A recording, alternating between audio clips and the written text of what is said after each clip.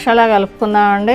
ఒక పావు కప్పు పెరుగు, 1 tablespoon salt, 1 teaspoon పసుపు, 2 టీ స్పూన్లు ధనియాల పొడి, 1 teaspoon garam masala, 1 teaspoon జీలకర్ర పొడి, 2 టేబుల్ స్పూన్ల కారం, 1 టేబుల్ స్పూన్ పండుమిరపకాయ గుజ్జు.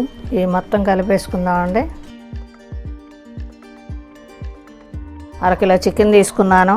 చికెన్ ముక్కలుగా పట్టేలా కలుపుకుందాం.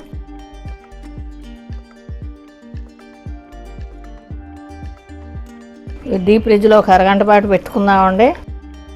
మామూలు ఫ్రిడ్జ్లో అయితే 2 గంటలు నాననివ్వాలి.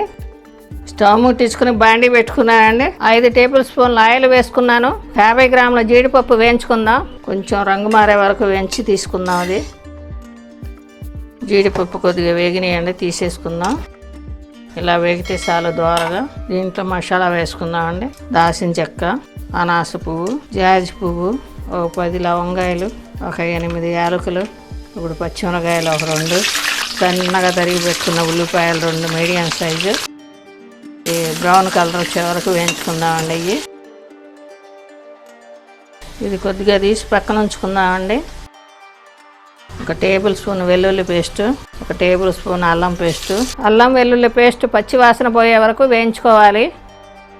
అల్లం వెల్లుల్లి పేస్ట్ వేగిందండి, పచ్చి వాసన పోయింది. ఇప్పుడు మ్యారినేట్ చేసిన చికెన్ ముక్కలు వేసుకుందాం.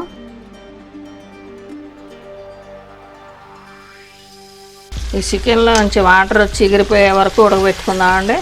మీడియం ఫ్లేమ్లో పెట్టుకుందామండి. ఇది లేత చికెన్ అండి, ఇంత ముక్కలు కూడా ఉడికిపోతాయి ఊరికే. మూత పెట్టుకుందామండి. ఇప్పుడు 2 నిమిషాలకు ఒకసారి కలుపుకుందామండి, మాడిపోకుండా అడుగంటకుండా. చికెన్లో వచ్చిన వాటర్ కూడా ఎగిరిపోయింది. ఇప్పుడు రైస్ వేసుకుందాం. ఈ గ్లాస్తో 1 గ్లాస్ వేసుకున్నానండి రైస్. మామూలు రైస్ అండి. ఈ 2 సార్లు శుభ్రంగా కడిగి నానబెట్టుకున్నానండి 1 గంట. ఈ రైస్ కొంచెం వేగేలాగా చేసుకుందామండి. కొద్దిగా వేగితే మంచి టేస్ట్ వస్తుంది.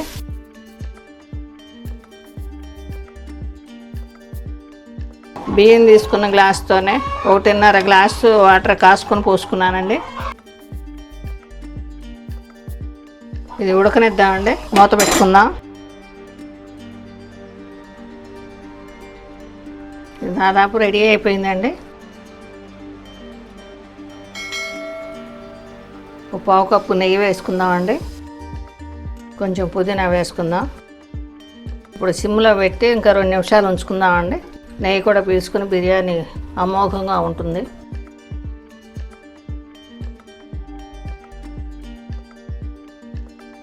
ఇది రెడీ అయిపోయిందండి. స్టవ్ ఆఫ్ చేసుకుందాం. నాటుకోడి బిర్యానీ రెడీ అండి. ఇదే విధంగా మీరు కూడా చేసి టేస్ట్ చూడండి.